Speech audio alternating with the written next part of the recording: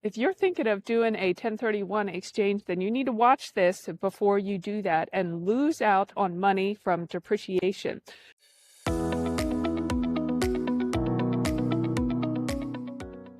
Did you know that if you do a 1031 exchange, there's two different ways you can treat the depreciation rollover into the next property?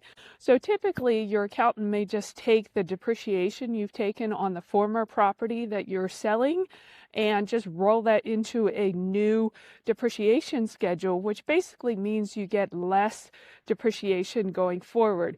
But what you need to tell your accountant is that you want to do a two-step depreciation schedule, which means that you get the full allotment of the depreciation for the replacement, the property that you're buying in the 1031 exchange.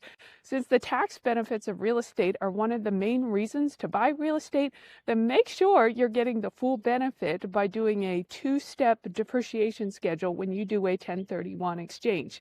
If this brought you some value, please like, comment, and share, and we'll see you on the next.